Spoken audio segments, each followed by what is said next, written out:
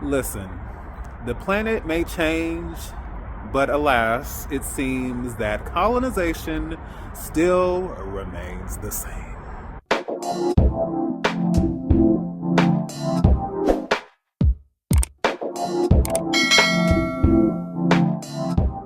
Hey everyone, this is D, Movieman, fellow cinephile, popcorn addict, and emerging film critic, coming to you with reliable recaps, reviews, and reactions. And as you can see, I'm coming to you all once again with another parking lot playback. Yes, good times.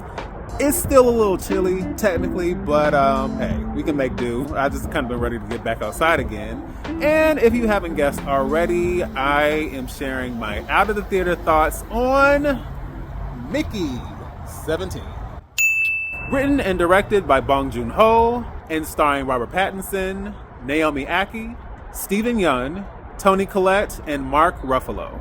Story-wise, this film is centered around the eponymous Mickey 17, a disposable employee also known as an Expendable, sent to the ice world of Niflheim for testing and experimentation.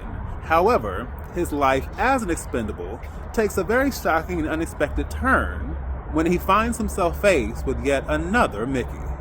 So naturally, I'm going to start with my pros, and I absolutely cannot dive into these pros without first discussing our director. As I mentioned earlier, this film is written and directed by Bong-Joon Ho, who has previously directed the films The Host, Snowpiercer, Okja, and the universally acclaimed Parasite, which won 4 Academy Awards. So first off, let me say that I first remember becoming aware of Bong-Joon Ho back in the early 2000s when The Host was released. I remember that being a film that was getting a lot of acclaim, and I remember not having the chance to see it even though I really wanted to at the time. And so to see that, and this was like, I want to say like high school. Yeah, this is like around high school time. So to see him go, of course, from that film, which was already revered and, just kind of celebrated for the most part, to go from that to the previous films I've mentioned to Parasite, which really just like swept the Academy Awards and really just kind of swept the world, so to speak.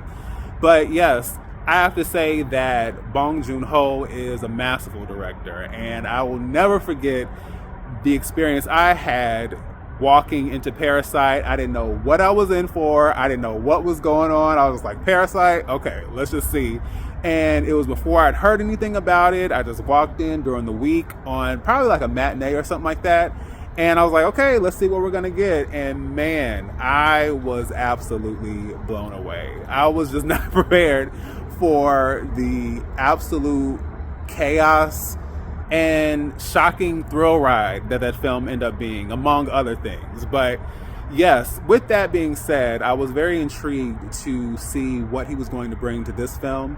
And one thing I can absolutely say, although this is very different, most of his films are South Korean productions, and this, of course, is an English language collaboration with a Hollywood studio. But regardless, you can still see some of that flair and some of that attention to detail, like really bringing forth his distinct style. Like I said, it's somewhat different from what we've seen before, but if you've seen Snowpiercer, you'll definitely feel like you're getting a little bit of that in this film.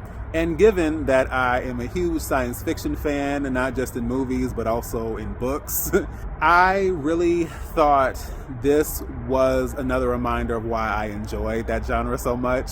I like the fact that although this was a relatively contained story, it's not world spanning, it's not, planet spanning, we're not getting like a whole bunch going on in that sense, a la Star Wars, but it is very much concentrated around an off-world planet which is currently in the throes of colonization. And I think that in and of itself was really interesting, especially given the perspective and the political satire that we get within that. I wasn't expecting it. Some of it is a little bit broad, if I'm going to be honest, but it was, I thought it was at least somewhat intriguing, and it definitely had me cracking up in more ways than one, in ways that were very obvious, in ways that were very subliminal, and in ways that I obviously am going to keep to myself and I'm not going to vocalize. But yes, that was something else I didn't really see coming. I thought this was going to be more straightforward as far as the sci-fi piece, and no, we find a way to also wrap in political satire as well, which I thought was somewhat interesting and unexpected. Now, as far as the performances, I have to say our cast here was fantastic, and so were their performances here. Like, the acting I thought was really top notch. I mean, Robert Pattinson, listen, we a long way from Twilight, all right? I know people always like to bring that up, but at this point, I think the man has more than proven, his acting ability. Even if his lane as an actor isn't necessarily for you and you're not a big fan of him, I can even admit myself, as someone who only knew him because of Harry Potter and the Goblet of Fire and then Twilight, I can say that he has really made his mark as an actor. He's made sure to really step out of that franchise lane, with the exception of the Batman. But with the exception of that, he has really gone art house, independent. He's gone A24. We've seen him do so much. And so with that being said, I think this is another film that really does showcase his acting ability, because he, of course, is having to portray multiple characters, which naturally is not easy, but I love the fact that he brought a distinct personality to those other Mickeys, and it really just stood out to me. I just was like, all right, it really made me feel even more immersed. I think sometimes when it comes to films and even TV shows that involve multiple characters being played at the same time, sometimes it can take you out of it. It's like, okay, I can tell that this isn't, I can tell this is just an actor, playing multiple roles, and it just doesn't feel organic. But this just felt so fleshed out and real, even though I'm aware of the fact that effects are being used. Even though I was aware of that, it really felt like these characters were interacting and running into issues and really having to deal with each other in a way that felt very grounded and very organic and very real, which is something that I do appreciate, especially when we get so much CGI and effects that really don't give you that kind of feel. I also thought Naomi Ackie was really impressive. I first became aware of her because of her starring role in I Want to Dance with Somebody, the Whitney Houston biopic, which I personally had no interest in watching. She also starred in the film Blink Twice, but I think she was really impressive here. And I thought her character had so many layers. I wasn't sure quite what I was going to get from her as this character, but man, we get a whole bunch going on. And I really enjoyed all of it. I also thought Mark Ruffalo, I think his performance is really going to ruffle some feathers. I don't think I've really seen him in this kind of role. Naturally, I haven't seen all of Mark Ruffalo's films, but this was a character that was absolutely working my nerves. And I can't say that I've seen him in a film where I just been like, ugh. Because watching this, I was just like, please, please, please, deliver me from this foolishness. I appreciated the visuals, I appreciated the sound design, I appreciated the fact that within the whole science fiction piece of this, we're not just getting this whole Expendable piece, but we're also branching out into an aspect of the story that involves different species, on this planet. And that is something I absolutely love, be it Star Trek, Star Wars, Dune. I just think all of that is really, really interesting. I will also say that I thought story-wise, this was a very interesting take on the concept and idea of cloning, or in this film, human reprinting.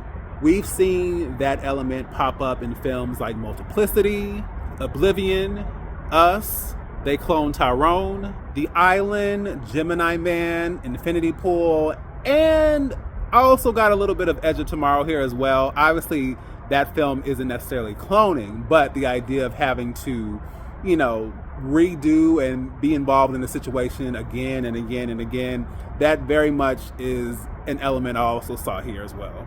Now, as far as my cons, I don't have a whole lot of cons, but the first is that if you're going in trying to compare this to Parasite, don't even play yourself.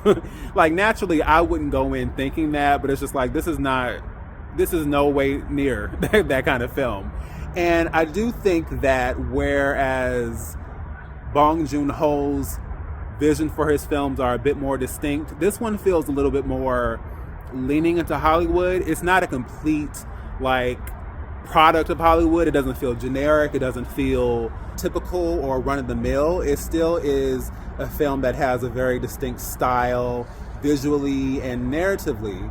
But I will say that if you are used to Bong-Joon Ho's direction, especially in his previous films, you can kind of see where it's not quite on that level.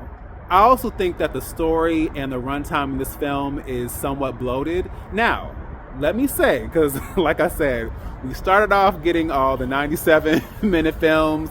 We just went up to an hour and 50 minutes, and now we're here at 2 hours and 17 minutes, which is fine because when I'm invested, I'm invested. And I can say that even though it did run long, I still was enjoying what was going on. So it wasn't necessarily like I'm ready to go, like, get me out of here. However, I still felt, especially in the third act, especially getting towards that ending, I was like, now we know we could have condensed this. Like, some of these scenes just ran on a little too long, and I was just like, you've made your point, so there's no need to circle the drain. I felt like for a good amount of that last act, they were really like circling the drain a lot. I also think that the story itself is a little disjointed. I feel like the story itself, dealing with Mickey and his reality as an expendable, I feel like that's one story. And then we have these stories that involve these side characters. And then we have this other overarching story that ends up involving this species I'm talking about. So I think when you get down to it, it's just like, what are we really saying and doing with this story? It feels like it never really gets to where it's trying to go, and it never really says what it's really trying to say, which was awkward given how long this is and how the development of some arcs, especially given how many characters there are in this, some of that felt very superfluous. Like, was this character needed? Was this side plot needed? Were a lot of things needed? I'm thinking no. With all that being said, I will say that I really did enjoy Mickey 17, and I do think part of it is, of course, me going into it blind, not really knowing what this was about. And although, of course, we have elements here that we've seen in other films, that, you know, that whole idea with cloning sometimes can feel derivative, but I felt even with Bong-Joon Ho's style, I felt there was something here that really worked and really was effective for me. It felt like I went on a journey with these characters, and even if it was a journey that was a little, you know, disjointed to an extent, I had a really enjoyable time. And as always, I'm really excited to see what Bong-Joon Ho has coming up next. And considering my trips to the theater have been a little less frequent, it was good to get out and have an experience with the film that felt like it was worth my time. And I'm glad to say still, for the most part, 2025 is not necessarily letting me down. There's not been anything that's been having me clown yet. I know some of you all are looking forward to that, but you're just gonna have to hold out in the meantime, because for now it ain't happening. So once again, this is D, Movieman, signing off, and I'll see you at the movies.